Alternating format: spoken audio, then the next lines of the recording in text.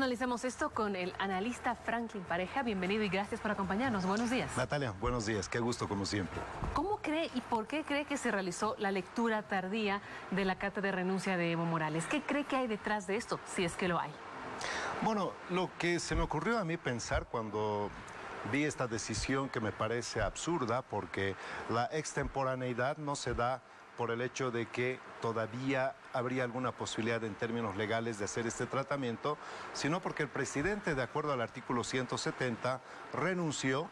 Y el artículo 170 te dice que por renuncia, muerte, ausencia o impedimento o sentencia ejecutoriada, entonces definitivamente cesas en tu mandato. El presidente renunció, se asiló, se refugió posteriormente y además, como decía la diputada Costa, más de 10 días. No hay absolutamente nada que hacer con respecto a la prelación.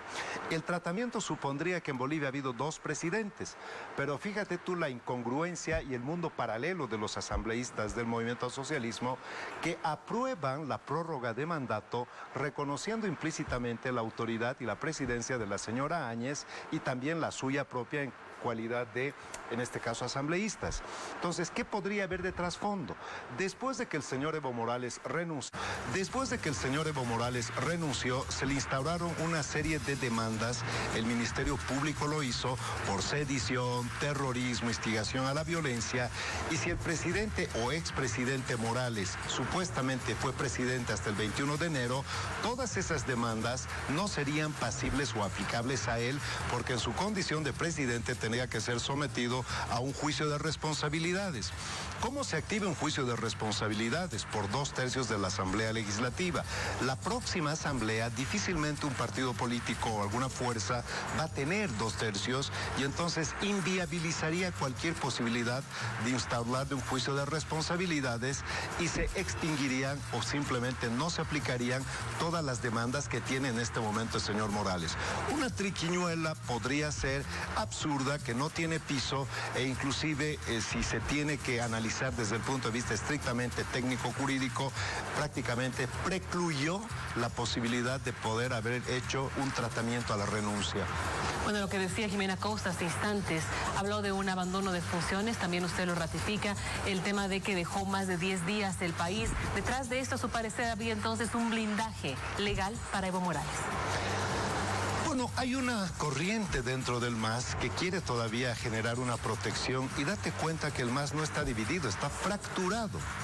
Porque evidentemente durante el tiempo del movimiento al socialismo han habido círculos concéntricos donde el primer anillo básicamente han sido los administradores de poder, los que han tenido el acceso y el privilegio de acceder a todas las ventajas que da el poder, y los otros círculos no propiamente. Entonces ahora hay una disputa entre los que fueron privilegiados, llamados del ala radical, y quienes ahora se los considera moderados, que en realidad fueron los que siempre estuvieron en segunda fila. Entonces, hay un sector que quiere proteger a Morales, pero el movimiento socialismo se tiene que plantear 2 situaciones, Natalia. Primero, que la impunidad del señor Morales por haber hecho un fraude no puede quedar así. Y tiene que haber y tiene que instaurarse en algún momento un proceso por un delito electoral, al margen de la sedición y terrorismo. Y segundo, ¿cómo va a tratar el movimiento al socialismo la situación del señor Morales en su fuero interno? O sea, las organizaciones sociales, la militancia del MAS, va a permitir que su jefe ha hecho fraude, los haya lastrado, los haya desprestigiado, y al interior de esa fuerza política tan grande no hay un proceso de reflexión, de sanción y mínimamente de cuestionamiento? ¿O es que todos van a cerrar a pies puntillas y van a permitir que la impunidad no solamente se trata de instalar fuera, sino también dentro del mismo partido? Permítame, Santa Cruz está con nosotros. Gabriel Oviedo, buenos días.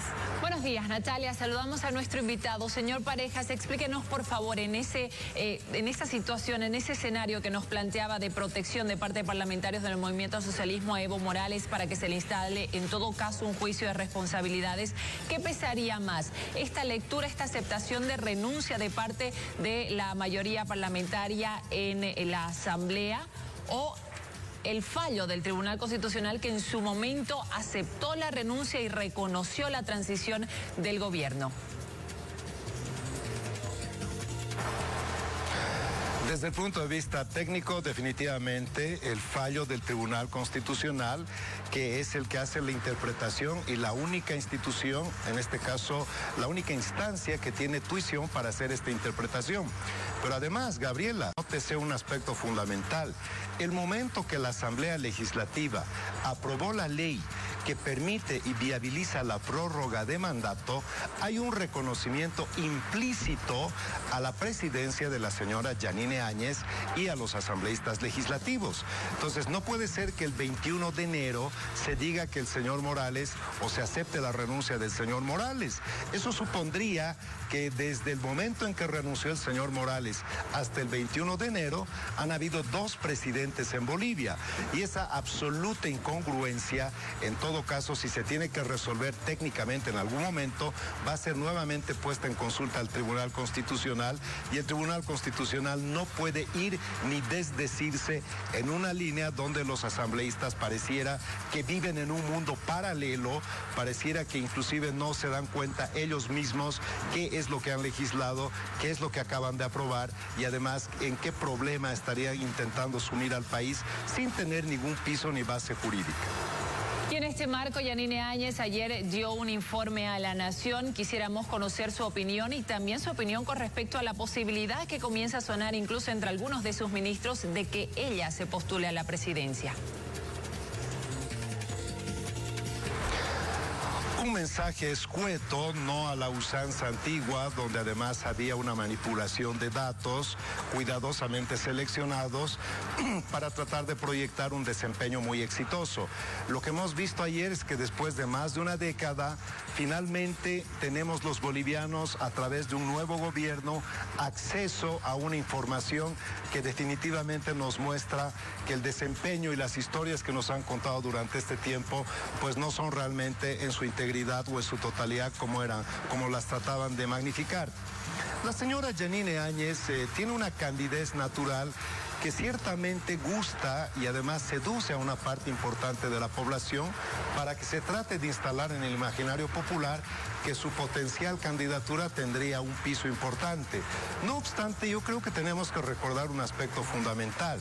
Este es un gobierno de transición, este es un gobierno donde la señora Yanine Áñez no buscó el cargo, este es un gobierno fruto de una contingencia donde renunció un presidente, renunció un ex vicepresidente, renunció la ex presidenta del Senado, renunció la ex primera presidenta del Senado. Áñez prácticamente sea la 5ª persona en asumir.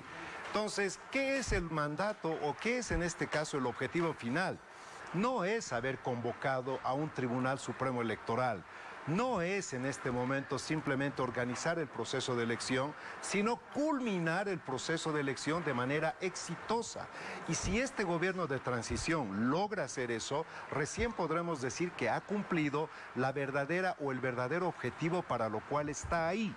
Entonces yo creo que no podemos los bolivianos estar nuevamente a la vieja usanza de que apenas empiezas a tener una imagen que cautiva y que además seduce, ya inmediatamente tienes que dar el salto a la vida política, porque en ese caso estás distorsionando lo que realmente fue. Que tiene derecho absolutamente, pero que sea conveniente, yo creo que hay algo más importante para el país en este momento, que es celebrar las elecciones y que éstas culminen exitosamente.